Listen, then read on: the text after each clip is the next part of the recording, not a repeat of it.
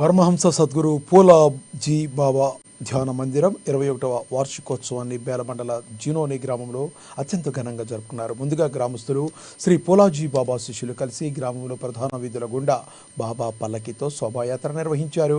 భక్తి పాటలతో భజన కీర్తనలతో గ్రామం పులకరించిపోయింది.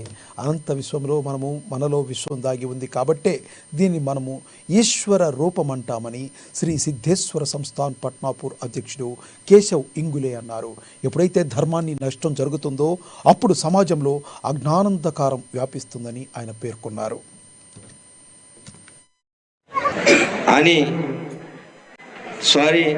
ఏంటంటే సర్వే జన సుఖినో భవంతు.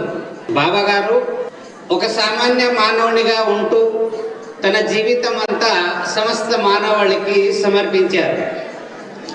ప్రతి మానవుడు జన్మించినప్పటి నుంచి మరణించేంత వరకు మాయామోహితుడై అజ్ఞానమయ జీవితాన్ని గడుపుతాడు.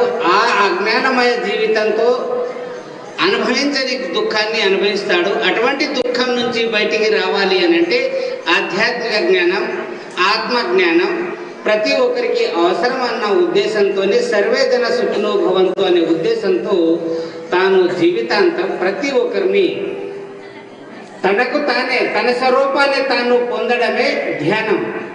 అంటే మన ఆత్మను మనం సాధన ద్వారా పొందడమే ధ్యానం. ఆ ధ్యానం ద్వారానే తాను తనలో తాను నిమగ్నమై అహం బ్రహ్మాస్మి అనే పదాన్ని వరకు చేరవచ్చు. ఇది సనాతన కాలం నుంచి వేద కాలం నుంచి ఋషులు మునులు సాధులు సంతులు అందరూ కూడా ఇదే కార్యాన్ని చేశారు. ఇదే కార్యం ద్వారా ఇదే దైవశక్తి ప్రబోధనం ద్వారా లోక కళ్యాణం చేశారు. బాబా గారు కూడా అదే కళ్యాణం పనిని చేశారు. భారతదేశంలో 250 పై తెలుగు సంస్థానాన్ని స్థాపించి ప్రతి మనిషిని తన గురించి తాను తెలుసుకోవడానికి, ప్రతి మానవుడు మానవతతో జీవిస్తూ తాను ప్రేమింపబడి ఇతరులను కూడా ప్రేమించాలి అనే